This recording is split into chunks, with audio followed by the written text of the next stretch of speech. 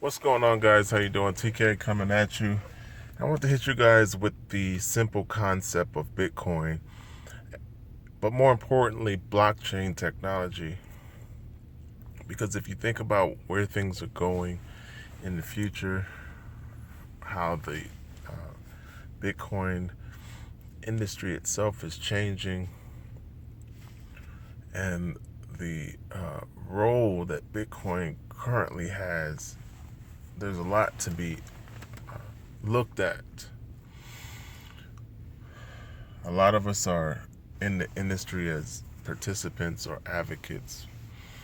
We're not a part of a core dev team, or we're not a part of any influence in terms of decision making. But think about the concept of Bitcoin as a whole and the ability to give someone a control factor or a decision making process within their own monetary system. That's the core thing that I appreciate about decentralized currency and a delegated consensus. Because if you look at the flip side, look at the opposite. The main problem that we have with paper money is the human heart is worthless. And you can look at Uber as an example. You say you have good intentions, and then you end up being a multi-conglomerate monopoly that becomes greedy, evil, and decides to act like God when it comes to how people interface with the money that you now own and control. So that happens all over the world within fiat currency.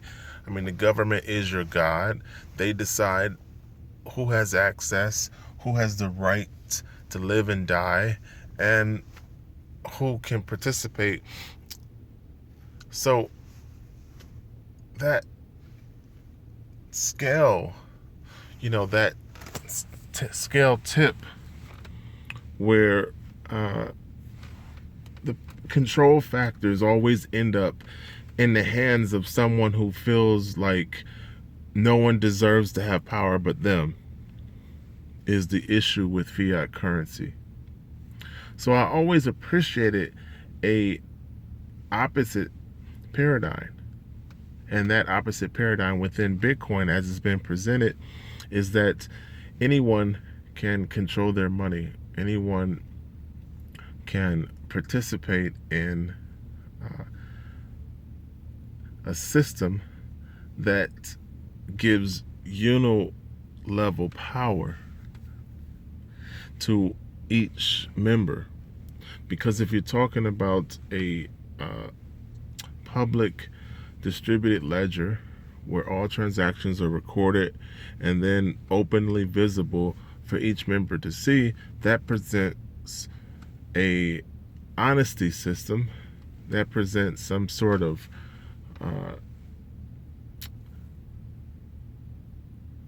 open,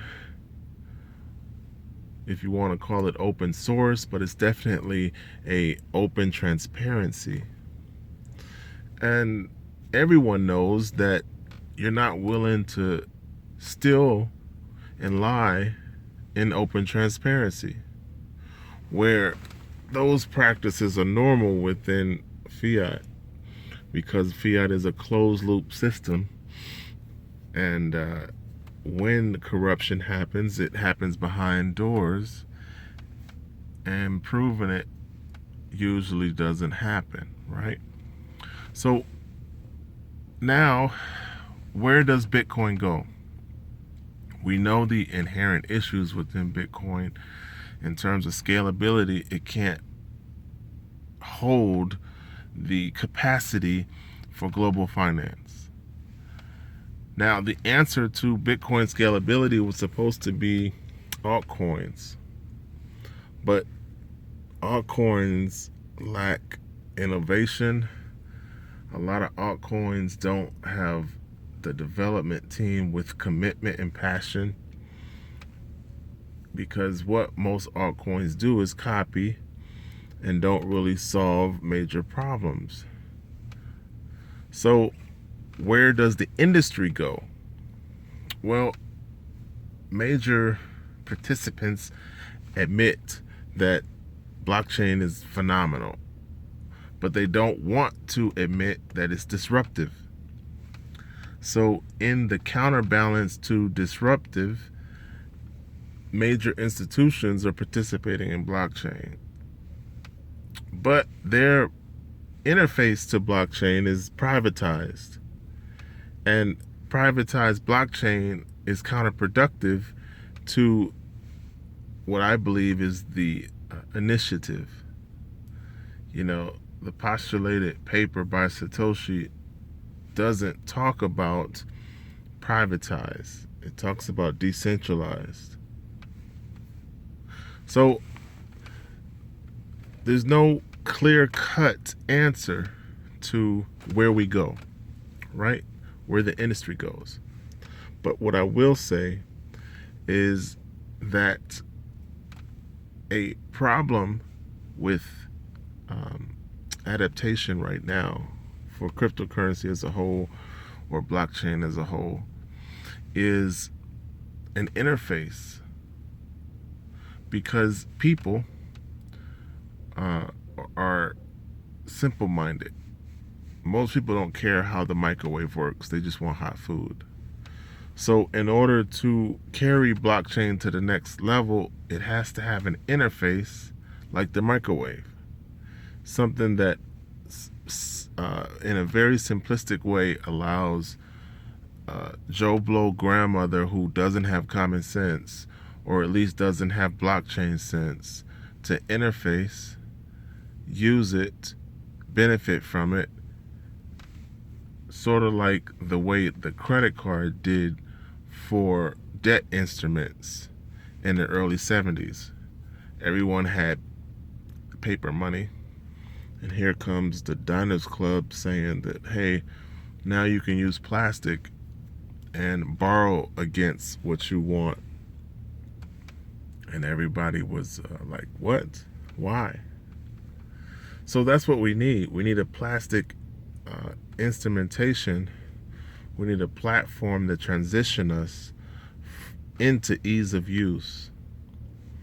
And until that's created, adaptation is not going to advance. Now, let's say we have a platform for adaptation, right? There's a simple GUI interface that allows Joe, I don't know anything about blockchain, to participate in it. Now we have to deal with scalability, and we have to deal with regulatory issues.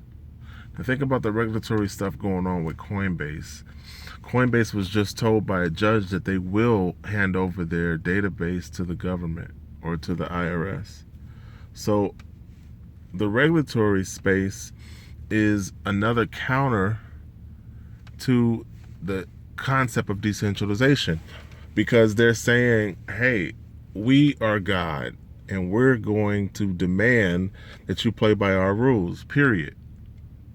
So now you have Coinbase being forced to subjugate itself to the IRS.